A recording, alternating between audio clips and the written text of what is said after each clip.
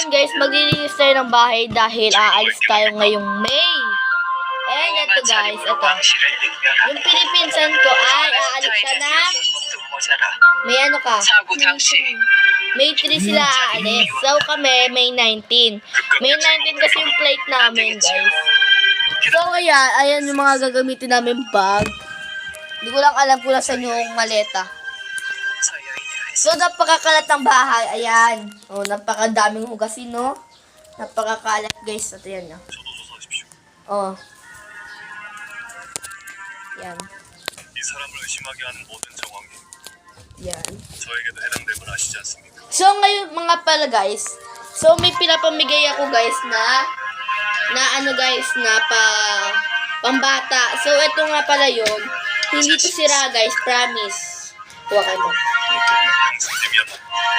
So, sana may mag-follow sa atin. So, ayan, bagong-bago pa yan, eh. Kahit di naman yan original, guys. Maganda siya, guys.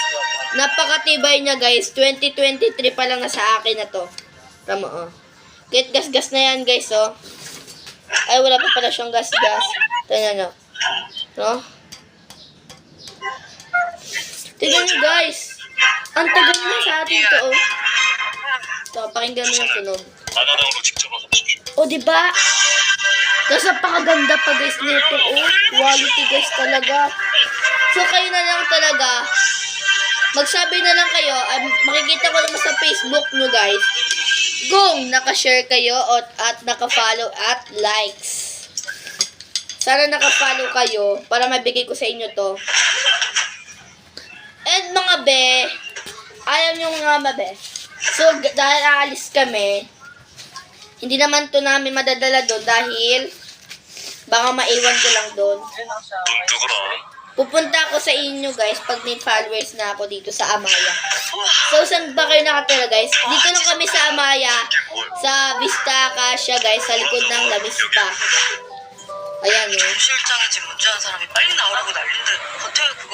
Promise guys, papamigay ko to guys. Ito kasi ang regalo ng nanay ko sa akin. Yan. So, maglilis tayo ngayon. Ang una natin gagawin ay maghuhugas tayo ng kamay. Kamay. Plato pala. Kaya maghuhugas tayo ng plato, guys. Tara. Sobrang kalat, guys.